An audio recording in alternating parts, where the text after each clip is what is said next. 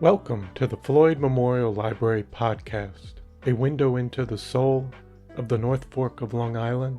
We'll delve into the pulse of our community, its pressing issues, promising opportunities, and the rich stories that weave our shared history. I'm your host, Christopher Bianchi, and for episode 103, we sit down with Nancy and Keith Kouris, the husband and wife team behind the Blue Duck Bakery Café. They share their journey from growing up on Long Island to building a business together, each bringing their own passion and expertise to the bakery. We'll hear about their early days, how they met, their time in school, and how a simple bread delivery route with Bellacicco's set them on a path to eventually opening their own bakery. From taking over a deli to overcoming countless obstacles, they eventually launched Blue Duck Bakery in Southampton, expanding to multiple locations on the East End, including their current spots in Southold and Greenport. We dive into the challenges and rewards of running a bakery and what keeps them inspired as they continue to serve the North Fork community. Join us for a conversation about dedication, craftsmanship, and the love baked into every loaf. So I hope you enjoy episode 103 with Nancy and Keith Kouris. This episode was recorded September 25th, 2024. Thank you so much for coming on to the Floyd Memorial Library Podcast today. Looking forward to talking to you both. Thank you for having us. Thank you for having us, yes. So usually with the podcast, I usually like to start off with an introduction. If both of you want to share where you were born and raised. Hi, yeah. I was born in Brooklyn, but I was raised in Lindenhurst, New York. Graduated from Lindenhurst High School, where I met this guy. And we've been together a long time. And the same. I'm born and raised on Long Island. Grew up in Lindenhurst. And we were high school sweethearts since 1974. Wow. And in terms of your ancestry, how far back can you go? Well, my grandparents came here to Ellis Island, obviously, probably in the early 1900s. I'm Italian. Both my grandparents were spaghetti makers, pasta makers in the beginning. Ended up that my paternal grandfather was a baker. So that's pretty interesting. Actually helped Keith in the beginning. And my maternal grandparents started also as pasta makers. And they ended up having a grocery deli type of store on Atlantic Avenue in Brooklyn. So that was what they did. So that's kind of where I got my cooking acumen and sandwich making and all that from them. So. Mine, a little different story. My father is 100% Greek. And my grandparents, fraternal grandparents, came over from Crete. Legend has it that my grandfather was a gambler and owed a lot of money and he had to come here. But from there, he owned a diner in Astoria, and that's it on his side. On my mom's side, they call it Heinz, 57 varieties. She was a mixture of everything, and your grandmother was from Pennsylvania Dutch. Pennsylvania Dutch was kind of the main part of the heritage, I guess, on her side. But I had a pretty normal childhood. Mm-hmm. Could you describe a little bit, both of you as a child, what you would do for fun within the neighborhood or outside of school? Well, my father was a civil servant. He worked for New York State. My mom was basically a stay-at-home mom because there were 5 of us. I'm the oldest of 5 kids. And, during that time, you were able to go outside on your bicycle and not come home until later. Mm-hmm. No one kind of knew where you were. And I think at that point, I had a normal childhood of 50 some odd years ago. And I was very involved in a lot of things in high school, a lot of clubs, a lot of honor society. I was over the National Honor Society, I was the vice president to my partner's presidency. But I was in a lot of art clubs. Scandal. I did a lot of, I was on drill squad, which is what you would, right now is like the cheerleading type of, it was not cheerleading, it was like the halftime stuff. So I did that and did a lot of sports intramurals and a lot of art, and basically that was my high school stuff. So I seem to not be able to get away from that because the rest of my life has continued in that way, being involved in a lot of things. I was maybe typical childhood sports. We moved in one section of Lindenhurst to another, where I met a bunch of friends, guys, and we would play, softball on the street in the spring. We would play football in the winter. We would play basketball, after that. If it could be done in the street, we did it. We rode bikes too, but mainly sports. And then that kind of carried over to school, where I played high school sports and was very active in that, and was active in the school community itself. Was president of the Honor Society, and studies were important. So I got my first job at 16 years old. Actually, I shouldn't say that. My first job was a paper route at 11 or 12, and then I worked for an electrician at 13, a neighbor, digging ditches for his wires, and then I worked for a dairy barn, 15, 16 years old. I did clamming on the bay in the summer. Woolman's skating rink. And another friend's father was a supervisor over at a place called Restaurant Associates. It was a corporation, and they managed several New York City restaurants at the time. And I got to experience some of that in the summer as well. So it was fun. I had a fun childhood. No regrets. And so you both met in high school? We've known each other since 9th grade. Oh, since 9th grade. Actually, 7th grade. Well, that's true. We were in 7th grade science together, and my friend, we were in the planetarium, and Keith was sitting next to me, and my girlfriend was sitting next to me, and she poked me and said, "Tell him I like him." So that's actually the first words I actually said to Keith was, "Genevieve likes you." And then I think 9th grade was when we really started, we were like in a group of friends. We're in the same science class. Because it was always alphabetical, and my last name was Bolello, so B, I was always in front. He was K, and it ended up that him and his friend Andy were behind us, and me and my other friend were in front, so we always were lab partners and all kinds of stuff like that. So that's kind of how we got to know each other. No, that's wonderful. And coming out of high school, did you both know what you wanted to pursue in terms of a career?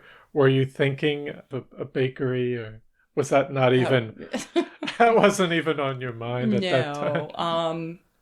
You're talking, we graduated in 1975. So in 1975, there were two directions you either went in. You went to college or you got married. That's kind of, you went in two different directions. We both did go to college. I went to Farmingdale State University for graphic art. At that time, everything was done by hand. There was no computer. There was no, actually it was called commercial art, to do ads and things like that. And everything had to be done by hand, all the lettering, it was quite intense. And I did not graduate from Farmingdale. It was so intense. It was just really a lot. I did 18 credits. I had to drive my siblings back and forth to school. It was just very stressful. Keith did go to Stony Brook. I'll let him take it from there. Yeah, I went to Stony Brook, big university, big classes. In the end, it wasn't necessarily for me. I always thought of myself as being business. Actually, originally, I thought I would follow my father's footsteps, work for the telephone company, Western Electric at that time. who became AT&T, who became Bell, who became whoever they are now. I took the test and I aced it, and then an opportunity came along to purchase a Bellacicco Italian bread route out in the Hamptons. We still lived in Lindenhurst at that time, and they would finance the whole thing, and it sounded really interesting to me to be my own boss.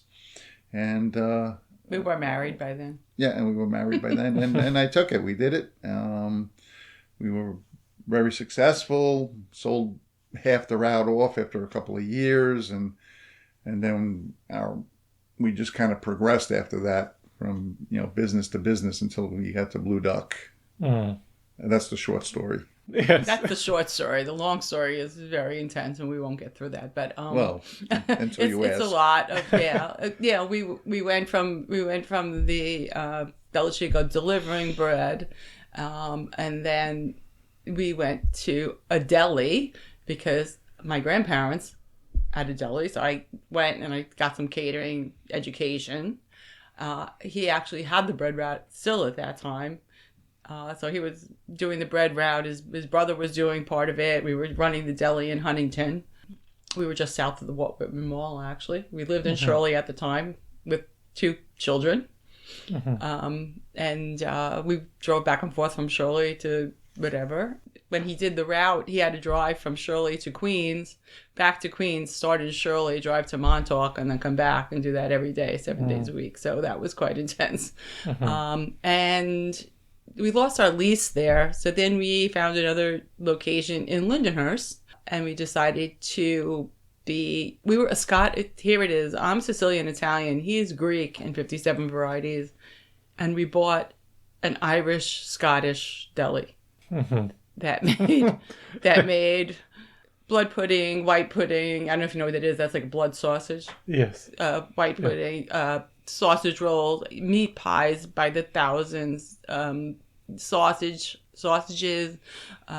and then we also had a Scottish baker at the time, and he would make currant cake and black bun bread and potato scones and all that stuff, along with everything that went with the deli, which I was responsible for. Potato salad, coleslaw, macaroni salad, we make sandwiches and do the whole bit. So we did that at that deli, and then we lost our lease. So we decided to move and carry the Scottish, Irish stuff, English stuff with us and make it a bakery, because he kind of worked with a baker a little bit, but I would not say he was a baker at that time. What about when you were working for the Bellacicco? Bellacicco, that was a bread? Bellacicco made Italian breads, heroes, delivered to a lot of restaurants, a lot of delis. And grocery stores. Packaged bread. You can still find their frozen garlic bread around, but the company, as far as fresh bread, is no longer in business. But they were one of the premium bread makers out there. Commercial bread makers, I should say. Wasn't artisan bread, but it was good commercial bread. But you weren't. Were you making the bread? No, I would go into Queens. Bought a step van with the Bellacicco logo on it, and would load up my route and then head back east. And my route would start in Shirley at a King Cullen in Shirley, and I would make my way east all the way to. We didn't go to Montauk. We went as far as Amagansett and Sag Harbor, and then I would double back and hit the stores on the way back to collect their stales and whatnot. It was quite a business. I built it up significantly where we did pretty well with it. And like I said, we were able to sell half of that route about a year and a half after doing it. And we kept the other half until we didn't, until we bought the deli in Huntington. But no, we didn't make the bread. We would just go in there, pick it up, and deliver it. But after the bakery, where you lost the lease, but then you decided to start your own bakery.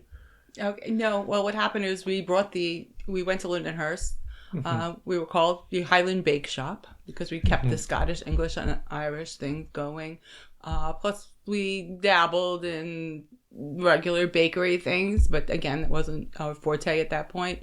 We used to do the Westbury Garden Scottish Games. We were one of the big caterers there. We would bring, oh my God, I don't know, 5,000 meat pies and God knows what. I mean, yeah, it was a big thing. We had to get everyone, my grandmother, my sister, my brother. I mean, we needed like everybody in our family to work. That started in the initial deli. Yeah, it started in the deli. And we also made haggis for Waldorf Astoria for over 20 years. Wow. A haggis, it's like beef liver and hearts and oatmeal and all kinds of stuff in a beef stomach. It's very traditional. We did that for 20 years in many different places. But what happened is Hurricane Gloria in 1985 came in and wiped us out. At that time, dealing with FEMA was almost impossible. You couldn't get anything. Well, we didn't have a lot of knowledge then either. I mean, when we went into the deli original, which originally was Campbell's, which was a well-known Scottish-Irish deli in Astoria. Grocery, and they moved out to Huntington. We changed the name, of course, but we didn't have a lot of business knowledge. I mean, with the running the route was good. You hustle. I was friendly to the customers. We were 21 years old. Wow. Was able to gain accounts and build up the accounts we had. So we did well there. Going into a brick and mortar was a learning experience, actually. We went in there with just 3 years left on a 25 or 30 year lease. Again, thinking just hard work and was going to keep us, going and flourish. And it's not that we did well. I mean, we kept up traditions. People liked what we were doing. We were very successful at the Scottish Games and within the Scottish and Irish community, but we didn't know anything about leases and profit margins and costs. We kind of kept everything the way they had it. After about a year and a half, when we spoke to the landlord about a new lease, he wanted to triple the rent. I said, that's crazy. I thought legally he couldn't do it, but legally a landlord can do almost anything he wants, especially at that time.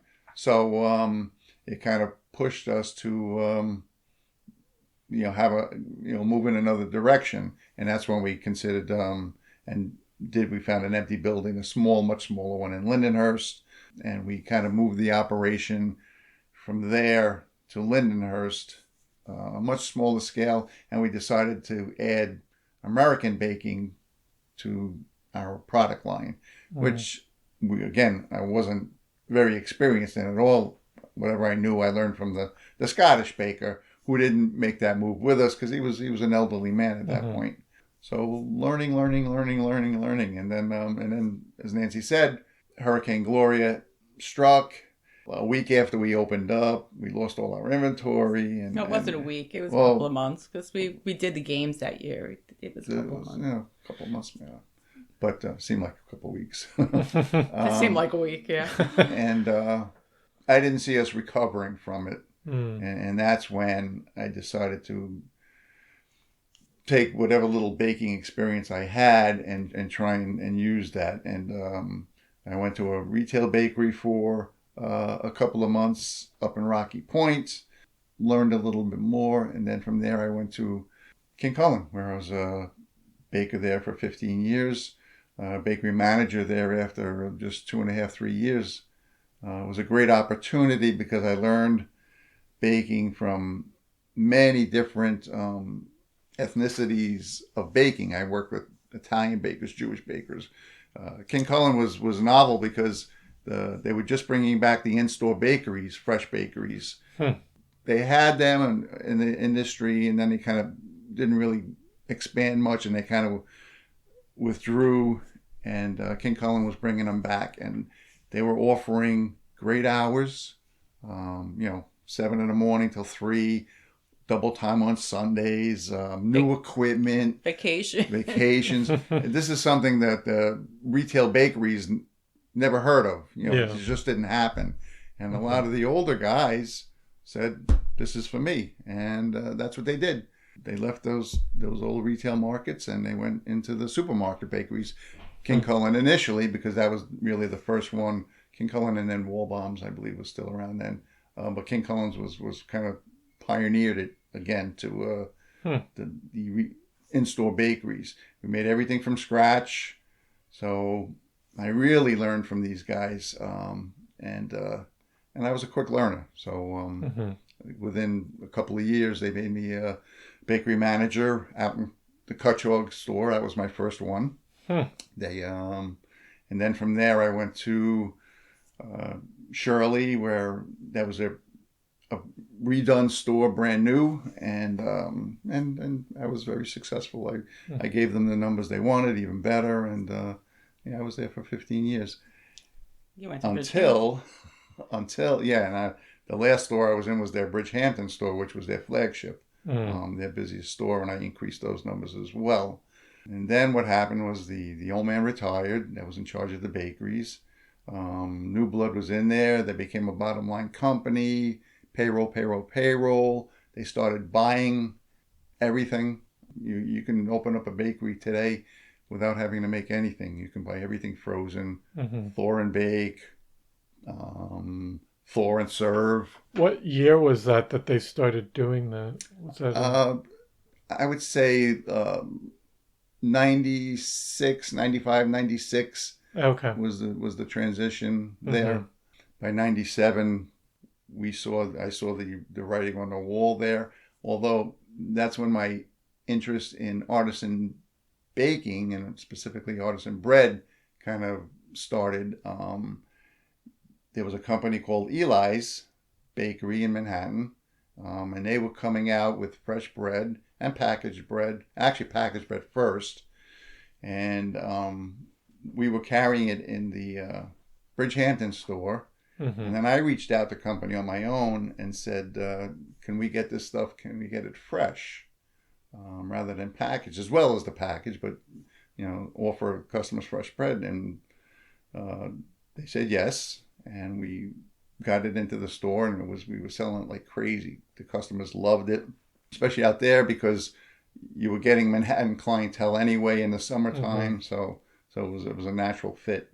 And then I said to myself, why can't we do this, make it ourselves? It's not that it's simple, but it's still a process that a professional baker can manage. And I asked the management about it, and they were interested. And I said, well, there's a course given by the French Culinary Institute in Manhattan. It's a 6 or 7 week course, whatever it was. Take it on my own time. I'll pay for it. And maybe we can do, this is something we can do in store.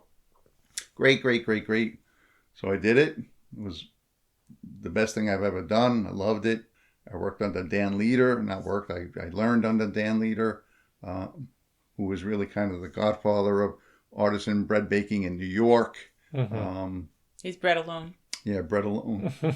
That's his book, which you and his probably store. have. And his bread is around. And and then when I came back, they didn't want to invest in the equipment. They kind of backed off on everything. They gave me a few trinkets to work with, and it made the job 10 times harder and wasn't getting the results that we should be getting for artisan bread. So that's when Nancy and I said, let's look into opening our own artisan bread shop. And obviously we were like, are we really going to do this again? Yeah, I mean, after so many years of business. After going from Bellacicco bread to, Course International Deli to Ye Highland Bake Shop, we've already done this route. Are we really going to do this again? But we figured at that point we were about 40 years old. And we were like, okay, if we're going to do it, we have to do it now. So we actually decided that we needed some education in business, because we realized what we were lacking before. So we actually went to Hofstra and we took their entrepreneurial course and learned about how to make a business plan and all kinds of things, how to get funding, because again, at this point we had 3 children, we had a house, my kids were actually in high school, So it was a little crazy. And so we did all that, and we said to them, and in the meantime, because of his connections with bakery ingredient suppliers, they usually know what bakery's for sale, what's going on, And we found that the bakery in Southampton, formerly was a beach bakery originally, but then he left it. It was for sale. So we went there and we said, we want to do this. We're going to apply for a small business loan. They laughed at us and said, no way. There's no way. You're not going to get a small business loan. This is not going to happen. Well, Keith and I have been together a long time, and the worst thing you can say to either one of us is you can't do it. And we did it. Banco Popular underwritten the loan from SBA, and we got a $150,000 loan, and we opened up Southampton. Wow. As Blue Duck Bakery. That was our baby, 1999. That's what we're actually celebrating 25 years of business this year. Wow. So it's a big, not a lot of businesses last 25 years. No. Especially mom and pops. I mean, we're exhausted, but we're here. And a bakery too. Just even bakeries, it's a challenging field. It is. We obviously, we knew we couldn't just survive on bread, being just from a business sense because of the square footage and how much bread you have to sell. And, bread's not a high ticket item, at least not then it wasn't.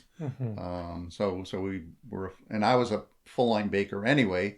So we did it all. We did the full retail bakery, and then cakes. We made custom cakes. And then the wholesale, the bread, which we anticipated eventually to wholesale. I mean, we started with just the retail sales, but my goal was always to branch out to local restaurants and try and sell bread to them. And it took a little bit. Just as we get along in our story, we opened Columbus Day in 1999, and it was a beautiful day, and everything looked beautiful. We were there all week, dipping cookies and making everything, so everything was perfect. And we opened on the Friday, and on Sunday he decided we bought a used bread oven, and bread ovens are very large, it's probably almost as big as this room, and he started the oven, and we're sitting there, and we're like, something smells. Smelled good. It was oak. It smells really familiar. What is that smell? And we looked, and there was this little curl of white smoke coming out of the top of the oven. And we're like, is that supposed to be there? And then all of a sudden, the bakery filled with smoke. And what happened was the gentleman who installed the oven put the burner directly over a wood floor. So what happened was the floor underneath the bread oven was smoldering. It did not burst into flames, but it was smoldering. It was a 3-alarm fire. We had 3 fire departments there. In Dan's papers, Blue Duck Bakery goes up in flames, which was not true. But everything that we made in the garbage. Yeah. Well, health department made us, Yeah, but we had to. How long? How many? It took us 2 weeks to get together again after I stopped kicking the cabinet in the bathroom, and they were telling me, get out. And I was like, I couldn't believe it. I was like, this can't be happening to us. This just can't be after all this hard work. But we rebounded. We just put our nose to the grindstone. We threw everything out.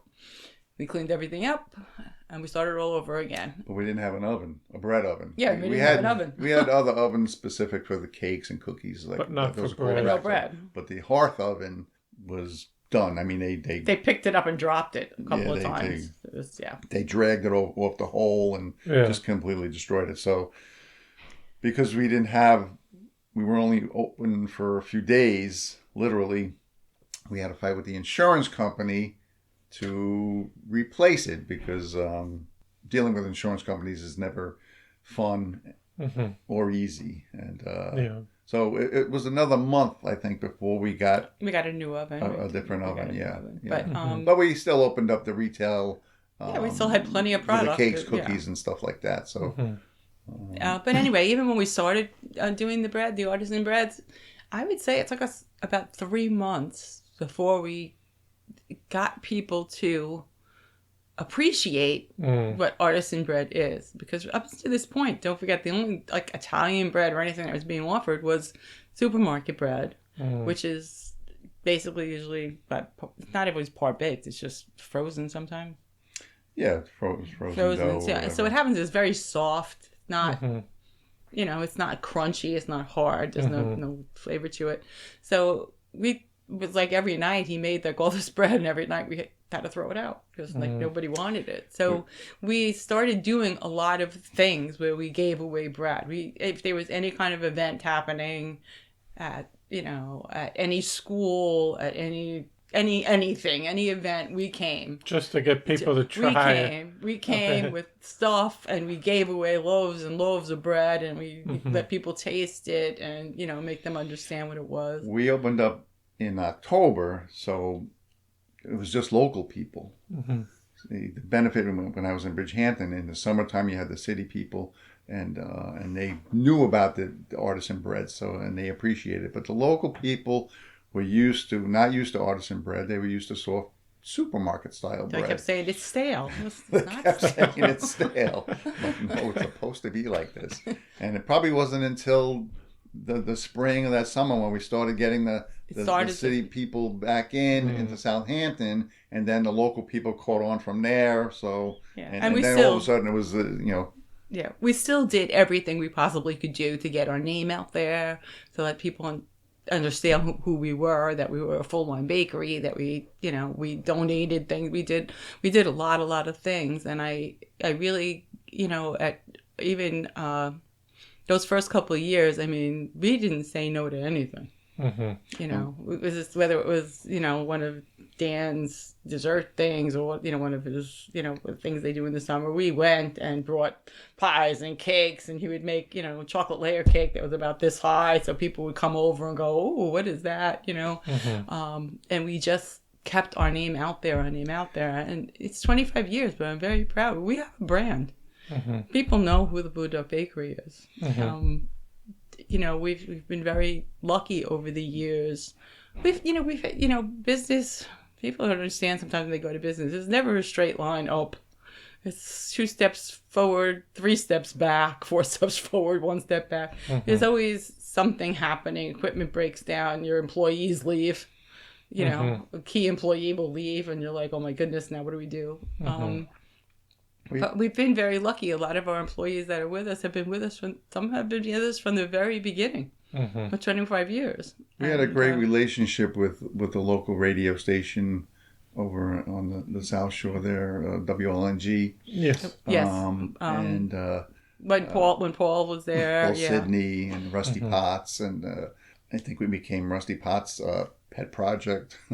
But we had a great relationship with that, and they were a great community radio station that nobody admits to listening to, but everybody has it on. So and once the local people embraced us, it was we were part of the community from then on. So yeah, and like I said, we've built a brand. So over the years, we've done things like this. We've been obviously on the radio. We've been on Ina Garden's Barefoot Contessa as a local hero. We were on a national show.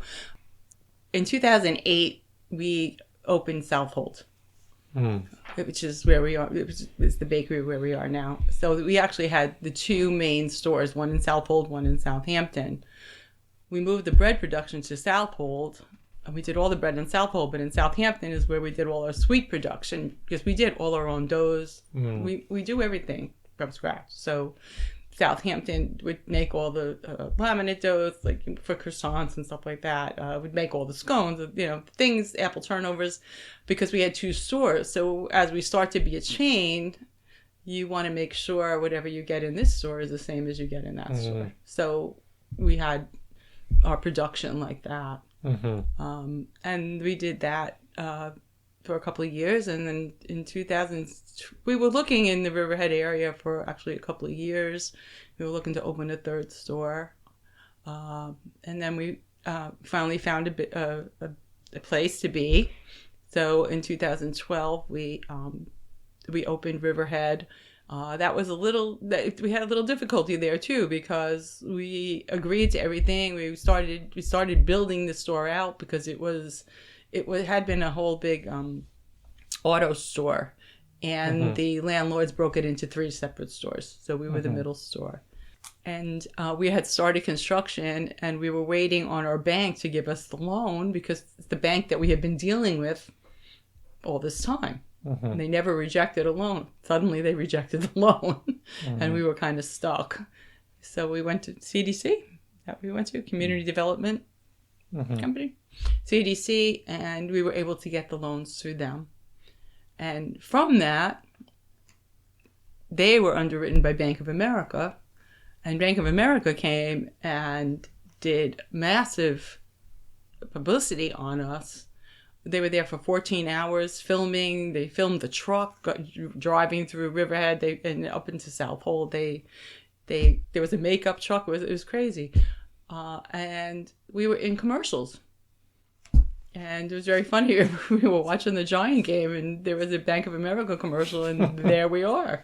And that was very funny. And we were also on the Jumbotron in Manhattan, me and my granddaughter. And it's just, and I got in their ad for Businesswoman of the Year when they did those Businesswoman of, year annual day, whatever it was. So, we got so much also exposure from that, which was great. And then we were invited to come to Greenport. Mish, who owns Sacred Sweets, who is where we are. Okay, that's what was she was there Sacred before. Sweets originally, and then she changed her name. I forgot what she changed her name to. But she, unfortunately, her parents were ill, and she had to go to Colorado. So they reached out to us and said, "Do you want to come to Greenport?" We were like, we just opened Riverhead.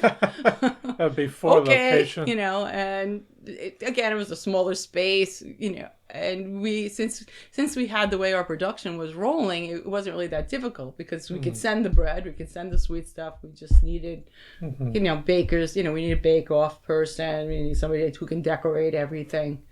So we did that, and that was in 2013. So we've been in Greenport for 11 years. Riverhead, unfortunately, has gone. It was very difficult when they started building the apartments next door. We just lost a lot of parking, a lot of ability for people to get to us.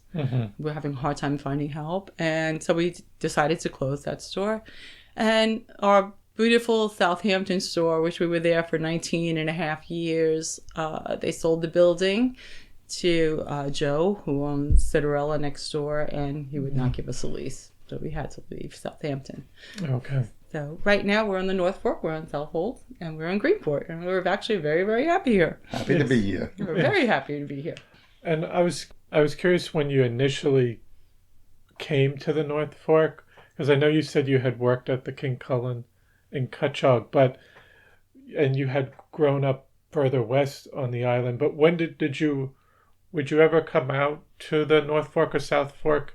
Initially, early on, in our younger days, yes, we loved the North Fork. As soon as we were able to drive, Nancy and I would come out to the North Fork every fall, and we'd go to Montauk, the high school thing, with classmates and stuff, and the beaches there. But as we were dating and after graduation, just before and after graduation, we used to come out and pumpkin pick, or you can carry for $3, whatever. And we started going to Krupski's as high school sweethearts. And we made a routine. We'd come out, we would go pumpkin picking at Krupski's. We would stop by the cider mill, get pies. I wasn't a baker then. We would get pies and cider and vegetables. Brussels sprouts or whatever we would buy. Then we would go to the Carvel that used to be in Mattituck and get pumpkin ice cream. Because they were the only one that had pumpkin ice cream. And then on the way back to Lindenhurst, we would stop by your fast food and get something to eat like that. We did that every year for 20-something years. We have pictures of our firstborn daughter, Christina, she was... It's her birthday actually tomorrow. She's 46. Okay? When she was less than a month old, we took her to Krupski's and stuck her in the pumpkins. Wow. Yeah, and we kind of did that every year. And my mother thought I was out of my mind, because I was 21 years old. And to her, she thought I was dealing with a doll. And I was like, no, we have to go pumpkin picking. We do this all the time. She was like, what, are you out of your minds? The baby's just not even a month old. It's like, she'll be fine. We bundled her up and we stuck her in the pumpkins. And we did that every year with our kids. We had Noel. I was pregnant with Noel. We took pictures with Keith, put a pumpkin under his shirt and, boogied up to next to my big belly for Noel, who was born in December. We took our nieces with us. We took a big blanket. We would drag pumpkins out. Oh my goodness! We did the same routines. Stop for pumpkin ice cream. Go to the cider mill. And always Krupski's. And Krupski's, yeah. We did it we have a whole list of photos every year. And then even when the kids got in high school and they would roll their eyeballs and go, I don't want to go. Once they got there, they were quite happy, smiling. Then now we started getting roasted corn and, doing all other things. So it's a really nice memory. We still go pumpkin picking. Fork, and even then we said one day we're gonna live up here. And we did. 10, 13 years ago, we, bought a house out in Aquapog. So yeah, so we're North Forkers now too. Wonderful. When we were, I don't even think we were married. I think we were just married. We probably just had Christina, and we would walk around here and we say, let's open a bed and breakfast, and you can make breakfast, and I can make lunch. We would always talked about having a business up here. We didn't end up having a bed and breakfast, but we ended up having a bakery. Yeah. The decision to move production to here was because we realized how fragile a lease can be in business. So, there's no guarantees that you're going to get one. And our business was really growing at that point. The building that we were in became available. A friend of mine said, hey, take a look at this. I looked at it. The next day I was up here making an offer on it. And after I yelled at him and said, what are you out of your pocket picking mine? We can't afford a building. But I wasn't very positive about it. but that went very smoothly as well. And we built it out. Always some obstacles there when you're dealing with the town, but we got it done. And, we've been there how many years now? 16. 16. And I've seen the Southold building. It's really nice. And a building to have a production with the bread making machines and within the back. In the back, yeah. Baking, it's fun. I enjoy it, but to be consistent and expand and have to make, between 2,000 and 5,000 loaves of bread a day, and consistently and good product, some machinery is involved. Obviously, mixers, and nobody making bread without mixers. But we have a couple of molding machines that will help instead of hand rolling. But every piece of dough and every bread that we put out is touched by hands somewhere along the line. Yes. We're not. It's not. Nothing is automated. It was just machinery that will help us do things faster. Well, not necessarily faster, but more efficiently and consistently. Yeah, when we were in Southampton doing all that bread, we would have like 8 people around the bench rolling bread because it was all made by hand. And that was 500 or 600 loaves a day. That was now we're thousands, so you have to have something, but again, when they come out of the molder, they're picked up by human hands and put in a couche, and it's put on the belt to go into the oven. That's all done by hand. They're all sliced by hand. It is true artisan baking. Artisan means by hand. So you can get something from the supermarket that says it's artisan bread, but guaranteed it probably was not touched by humans very often. Maybe when they put it in the bag, but. Well, people like Eli's and big companies like that, or La Brea and Acme. Those are industrial bread bakers. It's a big difference. Yeah. But and a lot of people are like, oh, this so and so is opening up a or is making bread out of their house now, and they're at the farmers markets, and are you worried? And I'm like, no, I'm not worried, because doing something on that scale and doing something on our scale it's night and day, completely different operation. Yeah. And good luck to them, if they think they want to venture out and try and expand, and I wish them good luck, because it's not easy. It's not easy, and it's not cheap. So yeah, you either Keith will always say. And I've actually mentored a few people that have tried to get into the business. So he always tells them, you either have to jump in with 2 feet or don't jump in. Yeah. Because it's such a big commitment, and again, it's wonderful that you could, doing it out of your house is wonderful. We want people to bake. People ask us questions all the time about how come their sourdough bread isn't splitting, how come it's not doing this, it's not rising. And Keith always offers help. We try and guide people how they can improve baking of bread in their home, because let's be real, nothing smells better than fresh baked bread. If there's one secret to making bread, it's patience. That's it. That's all it is. There's very few rights and wrongs. Obviously, with some of the recipes, you can be off significantly if you're putting too much salt in the dough or something like that. That's just an obvious mistake. But there's variations amongst the hydration and the sours that you use, or in the bread dough that you're creating. What makes an Italian dough different than a French dough? Not much, really. It's the same. Regions in Italy probably make the same style bread from regions in France, but they just call it a different name. So there's not a lot of secrets. For me, the big thing is patience. You gotta have a little patience and let things develop the way they're supposed to. As I tell anybody I'm training, when you think the bread is ready for the oven, wait another 15-20 minutes. Don't rush it. When you think it's ready out of the oven, wait another 5 minutes, because chances are that it's not. It still has a little bit more to cook. Yes. Keith is a great teacher.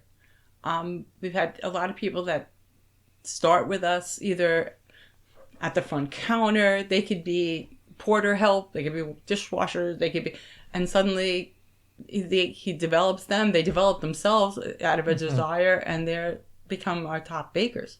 Because not only do we have bread bakers, but we also have people that make cakes. Sure. And we have excellent decorators. And these people who started with us did not know how to hold a pastry bag. And now they are fast and beautiful, and they just do such incredible work. We're so proud of them. And they've been with us. Mandy's been with us close to the 25, almost 24 years. Sylvia has been with us 20-something years. 20-something, yeah. Victoria's been with us from day one, 25 years. And a lot of the other people in the back are with us staff. At least 10, amazing 12, staff. 15. Couldn't do it without them.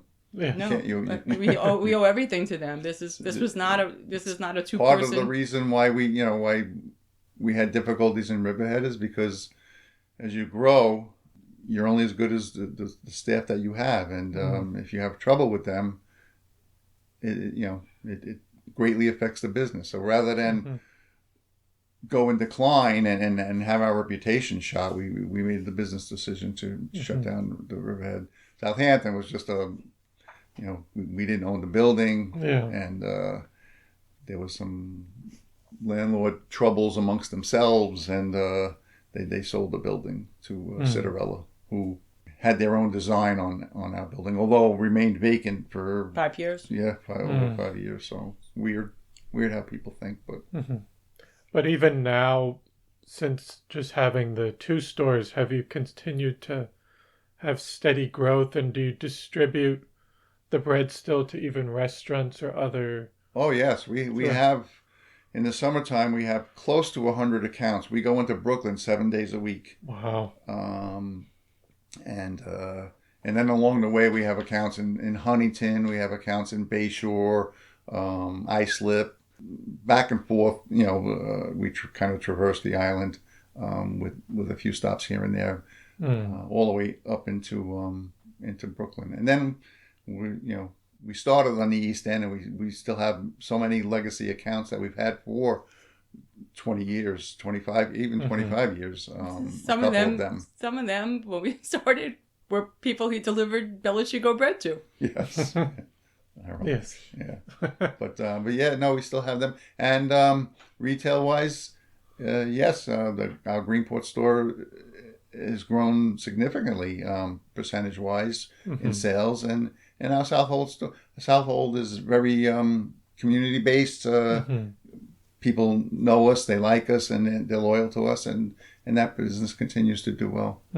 Yeah, Southold is more like a destination and from community, and Greenport, it's community also, but of course, more resort. It's more it's a walkable town, so it's not really that you can just drive to the bakery. Sometimes you have to park and walk, and which is wonderful because Greenport's just a beautiful walkable town, and of course, it's a big tourist resort center, town, and that's vacation. So, and people know us. Sometimes they know us from Brooklyn. Yeah. Which is nice. Again, we get the pies in Brooklyn. We get the city people that come out for the summer and know the name, and it's great. Yeah. I mean, we do farmers markets, not as many as we used to do because it's hard to find help. So we really depend on our immediate family to help us with markets. And my daughter Noelle has done Southampton Market for over 20 years since when they started. My daughter Christina, until recently, who had some health issues, did Shelter Island. She did Sag Harbor for a long time. I did Sag Harbor. I did Three Village Market. We do Port Jefferson. So my son will fill in here and there too. At one point we did 13 farmers markets are nice because because a while ago. Again, it's the community thing, and it's one-on-one now. I mean, people come in, they talk to you, and ask you questions, and it's much more laid-back atmosphere for the sales. But yeah, we love both communities. We've always been very community-minded. We always donate when anybody asks us if they're having a soup fundraiser. We'll donate. We do a lot with Cast. We donate to the East End Seaports Gala. We bring them cake for their gala, and we donate to Uncorked that's actually the Riverhead Rotary. We still donate for them, even though we're no longer in Riverhead, but we live in Riverhead. So yes. You do My Little Pantry. Yes, we do Cast. We donate to My Little Pantry. We donate to Cast. We donate to John's Place, which is out of St. Agnes in the winter. We love to donate to anybody. I would much rather have people, eat bread than me having to get rid of it. Yes. We don't want to try and eliminate as much food waste as we possibly can. No, and I think we've also, separate from that, we've talked about just even you've noticed over your time some of the changes in the traditional bakeries and the rise of some of the more mass-produced bread within chains or grocery stores. But I think it's important to still have like a bakery like yours that's more traditional in its atmosphere, that offers more that artisan quality bread and pastries, that I think we have seen a decline in that. I don't know if you would say even since the 80s and 90s, but obviously I think we have seen more of an increase in people becoming more interested in that again, I think into the 2000s and 2010s. People have become more health conscious. They're seeing that supermarket, especially like a bakery, is not.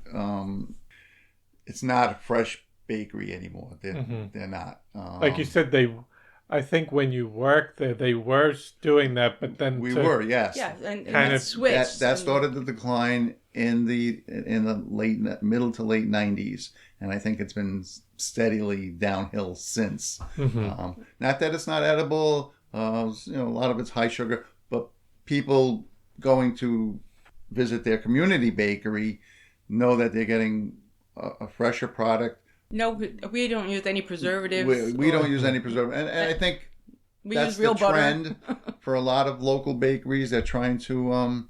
It depends. It really depends, because there are some local bakeries that feel that they have to compete directly with the local supermarket that might be nearby them.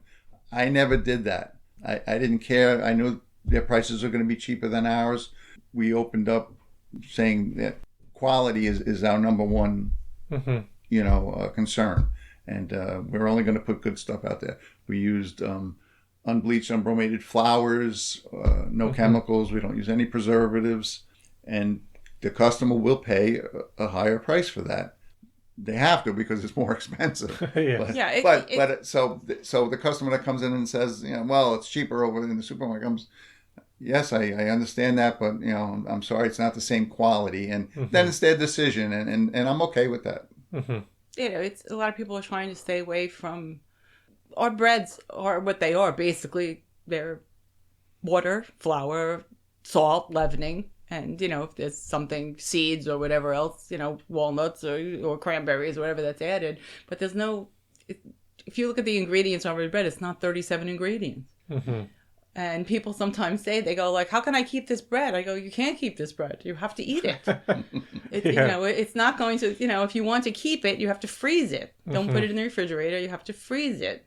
And even then, you probably can freeze it for a good month. I mean, we have people that buy multiple loaves of bread, and a lot of it goes in the freezer, and they, they work out of the freezer, which is fine. The bread actually people don't understand, like, why does our bread freeze so good? If you've ever tried to freeze a hamburger bun, a commercial hamburger bun, by the time you take it out of the freezer, it kind of like crumbles into 1,000 pieces, because the freezing process changes it molecularly. It just kind of falls apart. But because we don't have any of that stuff in our product, it doesn't happen. It's just defrost, so you can toast it or put it in the oven, warm it up, and it's just, I would say it's darn close to being fresh. So, like I said, people are trying to avoid all those chemicals. Well, if a product is baked right, especially bread, there's not a lot of moisture in it. A lot of it is baked out. So when you freeze it, the moisture in the bread doesn't have a chance to crystallize, because it's minimal. And crystallization is the death of any frozen item. I don't care what it is. So, and that's why the bread freezes well.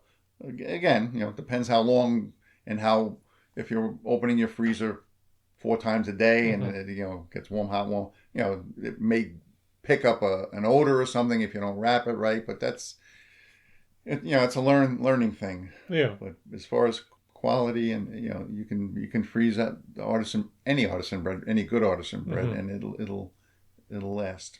We don't suggest that.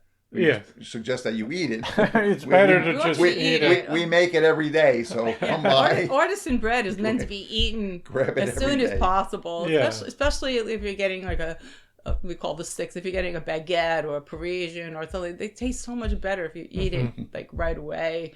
People go like, I tried to save it for 3 days and it got really hard. I said, well, then you could use it as a doorstop. I said, because there's nothing keeping it from not getting hard. You got to put it in plastic, it won't get so hard, but then it'll be that gummy bread that you don't really want. So, And there's always other things you can do with the bread later, with croutons or even making like a bread pudding. Bread pudding, sure. Yeah. Croutons I have people call me every day. You make bread croutons, you make breadcrumbs, and we don't, only because we have to store the bread someplace, and then it becomes a health issue, health department issue. So yes, but now in terms of items within the store, do you continue to have certain breads that you keep, or do you change it up, or even within pastries, do you provide similar items, or do you introduce new things every once in a while? We have our seasonal items that we bring as the season. Like now everything's transforming to fall, so it's pumpkins, maple, apple, cranberry, things like that. And as Christmas and Thanksgiving come, that'll be tweaked a little bit more, and then summer is more fruit tarts, fresh fruit tarts, and Maybe the galette, the fruit that we put inside a galette, will be more seasonal in the summer than, the berries, as opposed to plums and apples in the winter. So we do very alter things like that. As far as brand new items, once in a while we'll try something and see if it sticks. So that's part of the fun of baking. But then once you have it, problem becomes how many items can you put out there a day? Eventually the choice becomes so much that something is suffering. So it's a balance, but we try to stay, and it's a fresh, perishable item. So, but we do try and same thing with the breads. We have baguettes that we're going to make all the time. That's the baguette, the baguette family, the baguette Parisian, Petard, Facel. That's all the time, multigrain. We make our pain rustique, which is the French sourdough. It's the second most popular bread. We'll have that all the time. But then we'll make a pumpkin sourdough in the fall. We'll make beer bread. In the summer, we'll make, we make sunflower very often too, but we'll make a Provence, which is an Italian sourdough, but it has the herbs de Provence in it, and macerated green olives. So we have some seasonal breads as well. And also, obviously, you've been coming out here for a long time now, since even high school. Obviously, things have changed, but what do you enjoy most about living and working on the North Fork?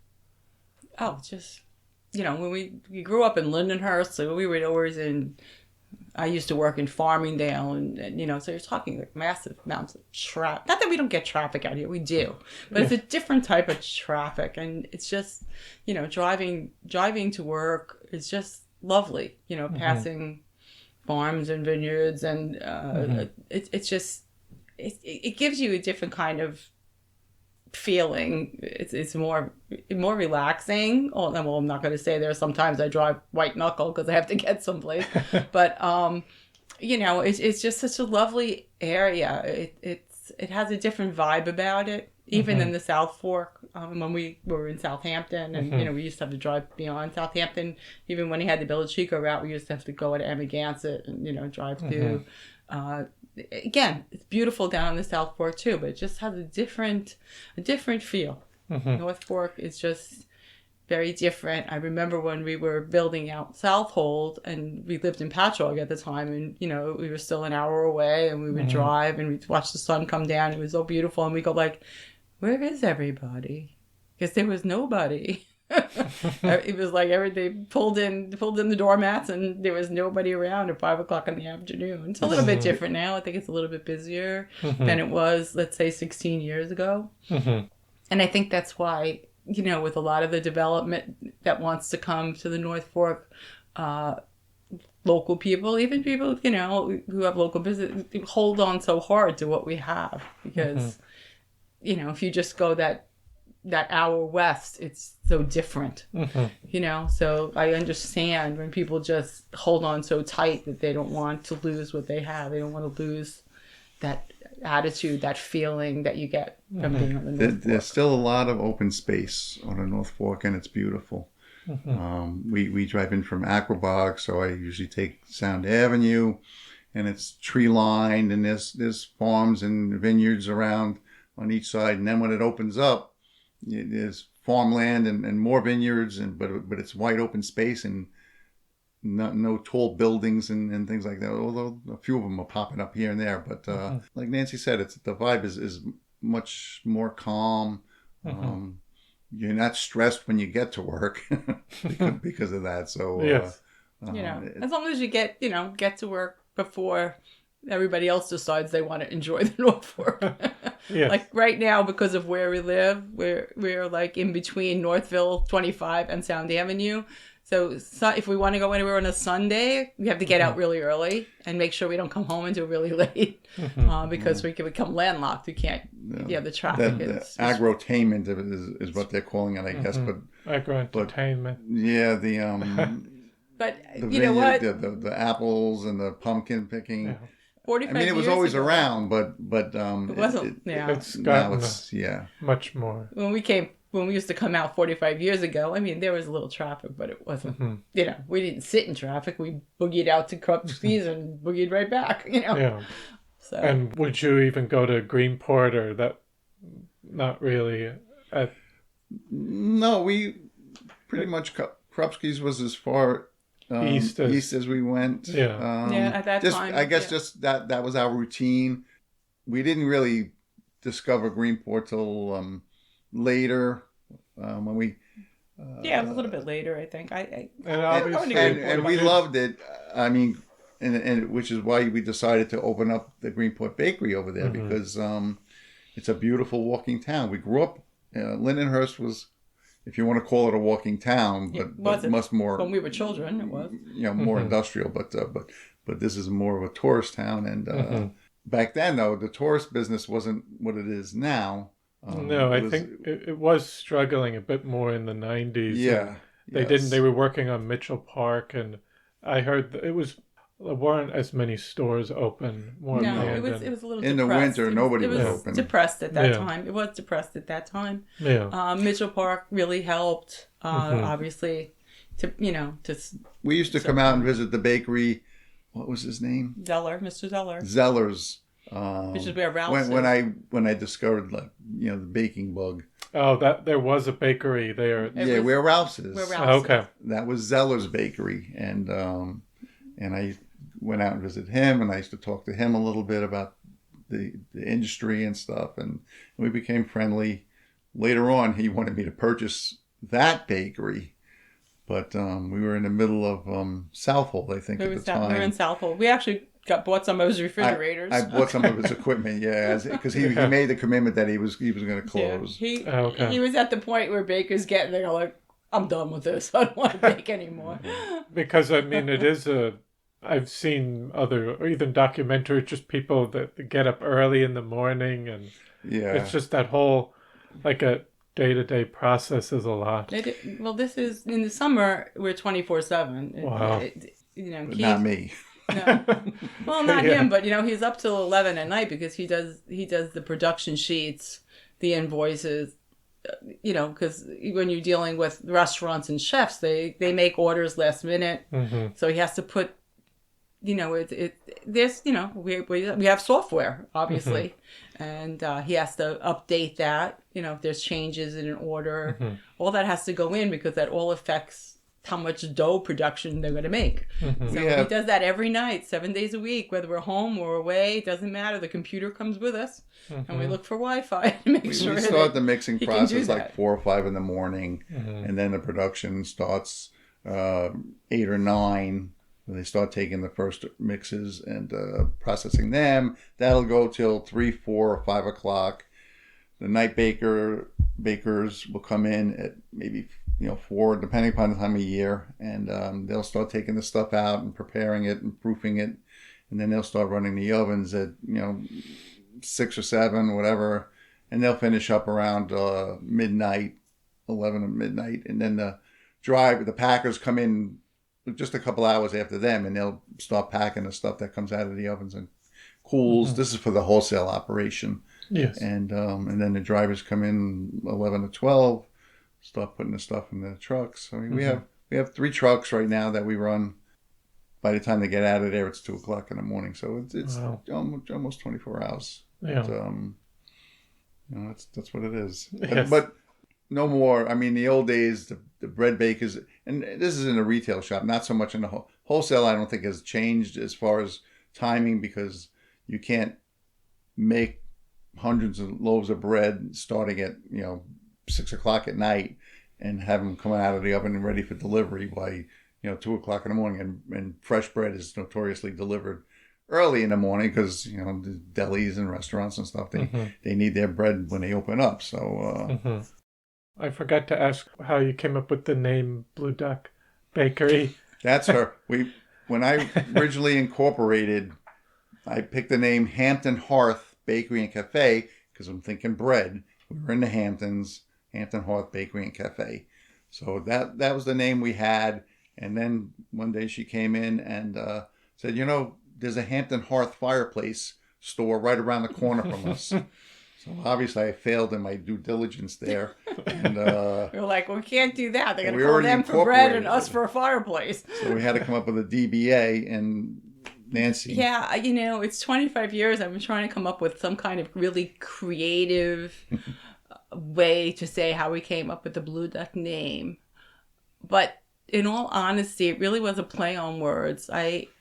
For a lot of this, even though I was in and out of the bakery, I was a fitness professional. I was a personal trainer, group fitness instructor. I was a manager of multiple gyms. I didn't actually move into the bakery full time until 2013. But I was a personal trainer, and I had a client, and what we did is we would go for a walk. Isn't it lovely to get paid to go for a walk? And she fancied herself a marketer, and she was coming up with all these very strange names, none of which I liked. And I was like, no, this is Hugo's Bakery. Who's Hugo? That doesn't make any sense to me.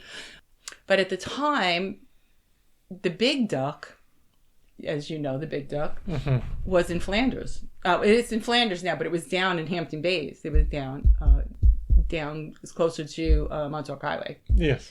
But I forgot the name of the road, but it was there. So I would kind of pass it, and we were then trying to like brainstorm stuff, and we were like, well, what's Long Island? Well, Long Island's ducks, the Big Duck, the Big Duck, the Blue Duck, I was like, the Blue Duck.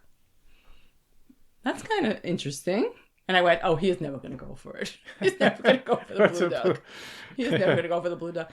And so, I said, Keith, how do you feel about the Blue Duck Bakery? And he was like, I like it.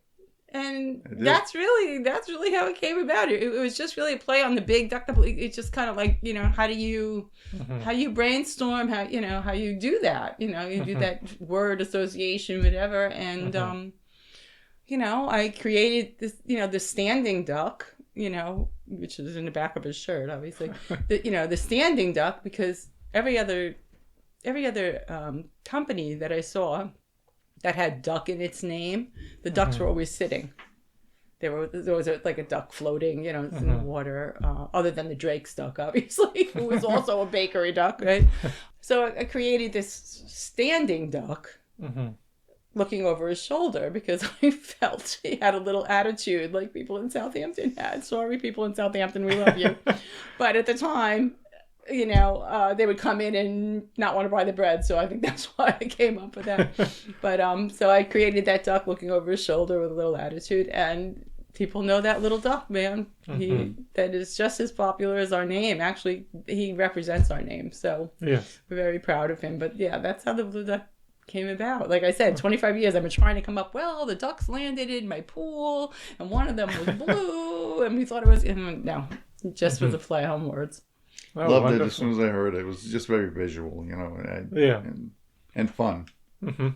Yeah, it's fun. It's ducks do represent Long Island, so it was, it was applicable, and it just kind of came about. They eat bread.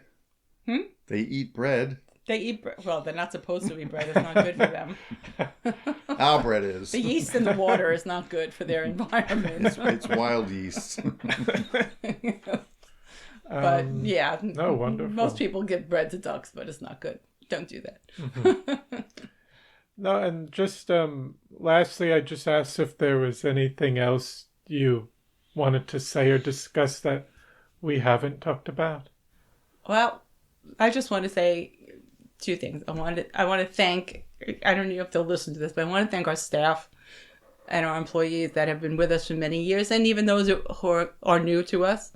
We could not do this without you. The Blue Duck is the Blue Duck family. It is not, we are a family business, obviously. We're mom and pop, and we have our children are involved in the business however they can be. And all of you who have been with us for so many years, you have all had a great part in this 25 years of a successful business, and we certainly could not have done it without you. And of course, I want to thank our customers. Some have been customers for us for many, many years, who see us sometimes and say, when are you coming back to Southampton? Weren't you in Riverhead? Then they miss us. that makes us feel really great. And from all the people who are new to the Blue Duck Bakery, who send us a beautiful review saying how wonderful everything was and how friendly our staff is. I mean, being in this bakery business, the wholesale and everything, this is a 7-day job. We don't take vacations. We work on every holiday. It's a big sacrifice. But when you get the dedication of our staff and the wonderful patronage of our customers and the beautiful reviews from people who are new to us, that's what keeps us going. Mm-hmm. Because there are some days it's not so easy. Mm-hmm. So I want to thank all of you. So that's what I would like to say. Yeah, just the same. Following up on that, it's our staff and customers. We couldn't do what we do without them. It's funny, when we told people we were going into the Hamptons, Southampton originally, they're like, those people will never accept you. You're not a Hampton person. And we're like, well, we're gonna go try, And they saw we were regular people. We were, many nights I used to sleep on the flour bags, and they would come out and they would see me exhausted, but still doing the bread. And then when we said we came to the North Fork, they were saying, they'll never accept you. You're not an original North Forker. No, they said, you're Hamptons people. Yeah. We're not Hamptons people. Yeah. And again, they saw the work that we put in, and they appreciated the product. And some of the customers, they're just wonderful, wonderful people. We're happy. The Southold, Greenport, people that were in Riverhead and Southampton. We're blessed. We're blessed to be in this spot. Yes. Well, no, I want to thank you so much for taking the time to come on today and share your story. It was really nice to talk with you, and really thank you for keeping this wonderful business going on the North Fork. Thank you. Sorry if we overwhelmed you with our conversation. No, it was great. I don't know if you got all your questions in, but yeah, when trying to shove all of this in 25 years worth into an hour, it's an awful lot. I'm sure we've missed a lot, but we, like I said, we've had our share of, maybe another time we could share all our let's say celebrities that we've helped and made cakes for and done things for, and all the other wonderful things. Thank you that for have the happened. opportunity to and share. A lot of really awful things that have happened to us too. But thank you so much for having us. We really appreciate it. Absolutely. Thank you. Well, I hope you enjoyed episode 103 with Nancy and Keith Kouris. I want to thank you for listening to the Floyd Memorial Library podcast, and we'll see you next time.